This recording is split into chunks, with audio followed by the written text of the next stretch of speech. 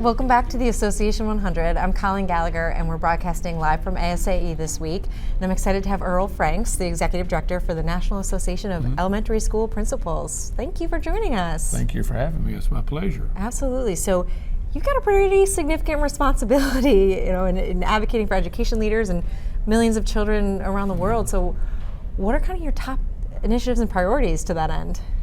Well, we have major service areas in the supports that we provide to our members, and they kind of revolve around communications, professional learning, advocacy, and other services, legal, those type things. So I wonder, as you offer all those different things, which members come to associations for that, so that that makes a lot of sense. How does that align back to your overall mission? How do you make sure that that stays in line? Well, first and foremost, our mission is about supporting and advocating for elementary and middle level school leaders in their commitment for the students that they serve and children. And so everything that we do, all of our service areas that I've already mentioned, are focused on helping school leaders improve. And our belief is, if we're successful as an organization in helping school leaders, ultimately the students are going to benefit from our work. Yeah, absolutely. Since COVID, did that make things tremendously harder? I feel like your members must have needed you more than ever. Well, no one had a blueprint for how to provide services for school leaders. In fact, school leaders didn't have a blueprint for how to keep schools open, how to manage the whole, education at the building level during a pandemic. That's certainly something that no one was trained to do. So early on during the pandemic, we reached out to our members and created what at that time we called a coronavirus task force. Okay. And it was made up of school leaders from around the country. And we reached out and asked, how can we help you? What do you need? And so the members advised us and helped us create supports and services and professional learning that helped them through the pandemic. And we've kind of taken that model even after we've kind of lived through this pandemic, and continue to try to work again to listen to our members on what they need to help them improve as a school leader. I love that collaboration. I think so often there's associations we're just going to tell our members what they need, but go to the source. Find out where are their pain points. What are they looking for? Because we're in the service business, and we certainly want to be relevant. And early in my career, I was a school principal, but it's been 15, 16 years since I was in a building as a school leader. So a lot's changed since then. So I think I have some insight as to what a principal has to do, but at the same time, we want to be up to date, relevant as to what they need. And so,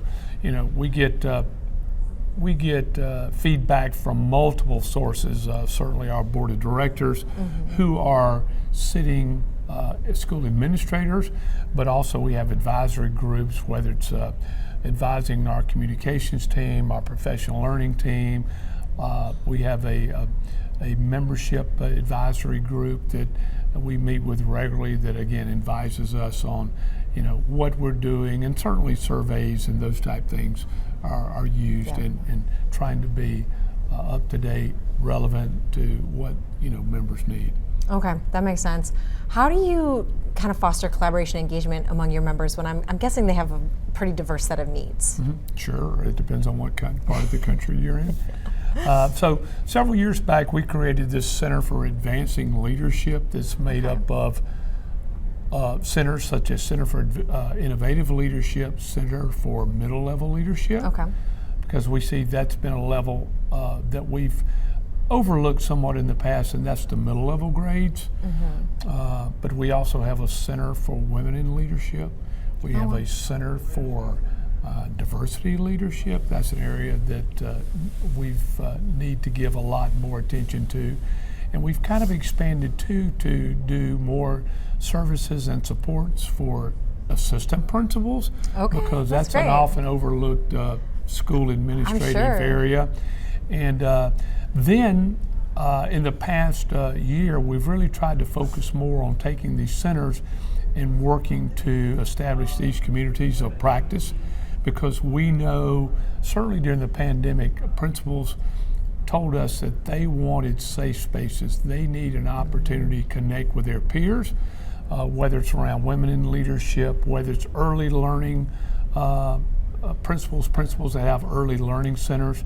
And so we've tried to be really sensitive to establishing those communities of practice. We tried to do more work with our National Task Force on Race and Equity. That's been a steady project of ours for the past 3 or 4 years. Wow. We're continuing to grow that area. And also we've established a Principals of Color network that we kicked off at our annual conference just last month. And so a lot of different areas of support, because we, not one, you can have one size fits most, but we're trying to be more strategic about identifying lots of different areas where, again, school administrators can tap in to reach out and connect with their colleagues from not only in their school district, not only in their state, but across the United States, and as I've said many times, across the world. Yeah, I love the inclusivity of it, and just that feeling of this is tailored for me. I think that makes a huge difference for that member ROI, for sure. Yeah, we think so, because what works for me may not work for you. Right. And so we're trying to be, as much as possible, it's hard to establish a program for every type of school leader in terms of what they need. I mean, you could make a case for rural principals, urban principals. I mean, you could just go on and on, but we're trying to at least get what I consider the large buckets that maybe can address the majority of services and supports that school leaders around the country need. Wow, yeah. Well, before I let you go here, is there a success story you want to share with us? I think our centers for advancing leadership, I think they've been highly successful. I don't want to pick out one, but certainly our center for middle level. Okay. Our center, again, all of them. The Center for Women in Leadership it's just taken off. That's awesome. We've made great gains in our Center for Diversity Leadership. And I think our National Task Force on Race and Equity, in connecting all of our service areas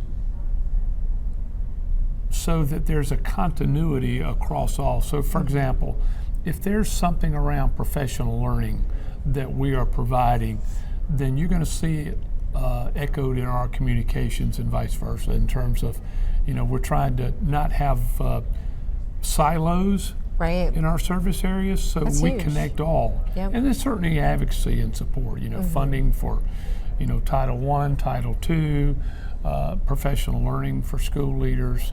Our mentoring program really grew during the pandemic, because prior to the pandemic, it was all in person. Okay. We had to go to a virtual model, and we saw participation increase in that because more principals have access to that. So yeah, just expanding. I think all of those have been successful because, again, as we said earlier in this conversation, we listened to what they needed. Yep. Awesome. Well, I know our listeners will appreciate this conversation, so thank you for sharing your insights and for some of the tough topics you guys are taking on. Appreciate it. Thanks for the opportunity to talk about it.